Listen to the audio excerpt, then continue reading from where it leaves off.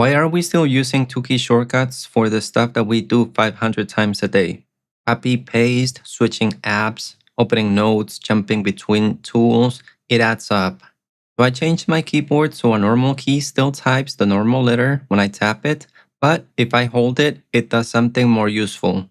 This key right here, which is the letter C, if I tap it, it types a C, but if I hold it, it copies. Same with the letter V. And this is not just a weird custom keyboard flex because I can do the same thing with my built-in MacBook keyboard. In this video, I'm going to show you the setup, the workflow, and the keys that save me the most time. Let me give you a demo on how this works. We're going to be using the favorite app from my audience, which is Excel, and we're also going to be using the browser. We're going to copy some values from here to here. So I'm just going to grab the first value. I'm going to type the letter C on my keyboard, which is here. You're going to notice that it sends Command C somewhere here at the top. You notice that? It's already copied there. So I'm just going to paste this, go back here, copy, paste with V. Notice that I'm just pressing V and it pastes the stuff there. Now this other one, copy, paste, address somewhere. We already have it in the clipboard, I hope. Yep. And city, we have it here. Paste it in 5000. Notice how I'm going to paste. I'm going to switch back to this other application.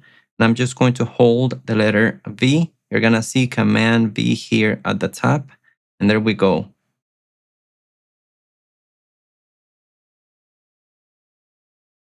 When I was switching between the applications, you may have noticed that I didn't do this with Command Tab to switch between the two applications. And that is because I have an additional key that I use pretty much the whole day. And that is the letter Z here on my keyboard. So notice what shows up here at the top. You will be able to see that it shows Command Tab. Are you able to see that? Yeah, of course you are. So this allows me to switch between the last two applications quite fast without stretching my fingers too much. There's another really cool trick that I also use a lot. What if I open another instance of my browser? Let me go to my blog post. There it is. How do I switch between these two instances of the browser? Because this is something that I do a lot. I keep multiple tabs here, and I have another instance in which I keep other different tabs, okay? This is probably only a macOS feature, but it has the Command tilde option. Notice what shows up on the screen, Command tilde, and it allows me to switch between two instances of the same application. Okay, so that is really useful. And the key that I'm pressing for that, as you're able to see here, is the letter X, okay? If I press the letter Z, it's gonna take me to the other app, which is the terminal. So I'm switching between the terminal and the browser here and between two instances of the same application with the letter X.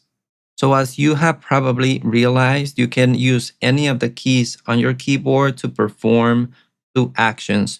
Let me give you another quick example of another one that I use a lot. Okay, so let's say that I'm in my terminal here and I'm in my dotfiles, right?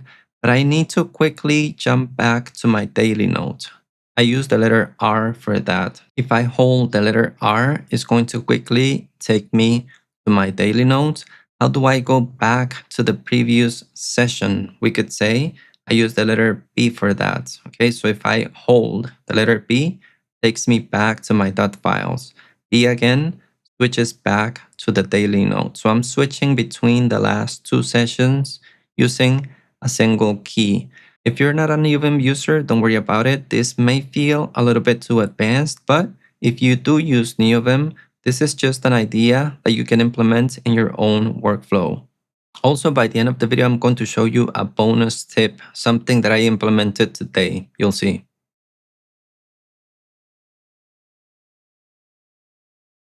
Now, you're probably thinking, do I need to use this specific keyboard, the one that I use, which is the Toucan keyboard? And you don't. I also do this on my built-in keyboard on macOS, so let me show you how.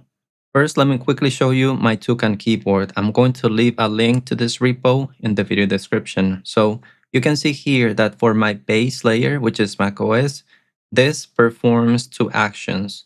Command tab, if I hold it, but if I tap it, it just sends the letter Z. Okay, so if you're familiar with CMK, you will know how to configure this, but going through my repo is gonna help you and you'll be able to figure it out.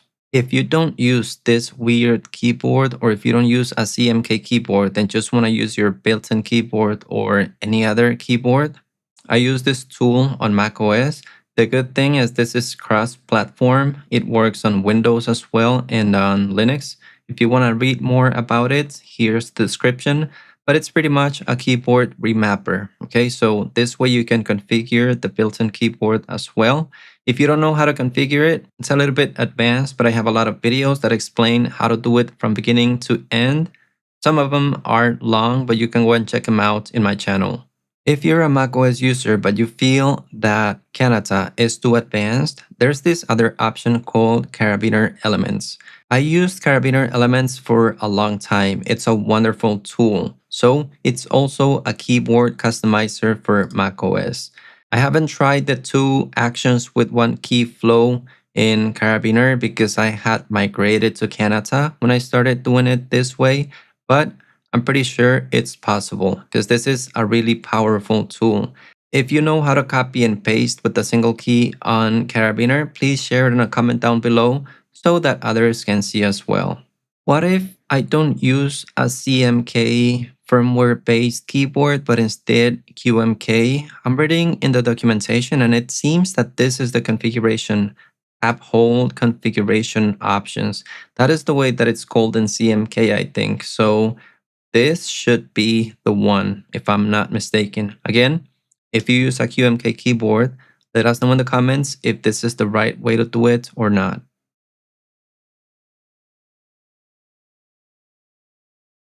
Now, let me give you a quick introduction to homerow mods, okay, which is the same concept, the exact same thing, okay? One key performs two different actions.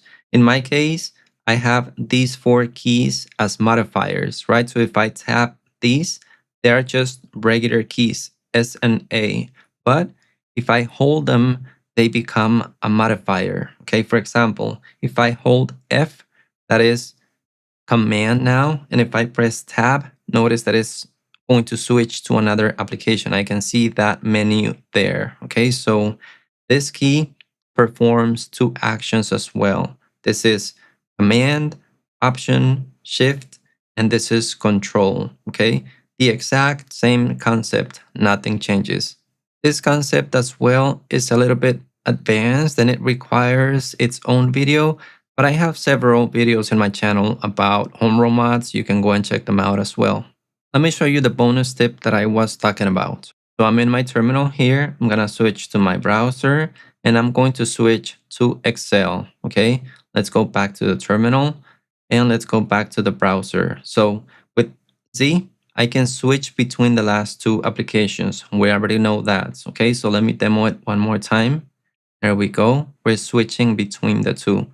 But sometimes you're working with three applications. Not sometimes, a lot of the times. So you have to bring this menu up and it sucks. Okay, so how do we switch between the last three applications with the letter H? Okay, so take a look. I'm in the terminal right now. I'm gonna hold the letter H, browser, Excel, terminal, browser, Excel.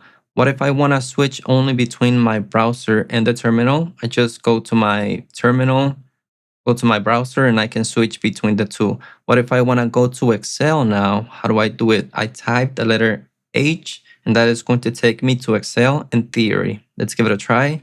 H takes me to Excel. So that is pretty useful, and I'm going to start using it more. If you want to learn how I can copy stuff from my terminal directly to my clipboard by only selecting it or highlighting it with the mouse, go and check this video that is going to be showing right here. There is a way to do it in Neovim as well, in case that you're a Neovim user. Special shout out to my CEO YouTube member, Web23. You can check him out at web23.com. I also appreciate for the rest of the people that have became sponsors and that donate in Ko-fi. Really appreciate that. Hope this video was useful. See you in the next one.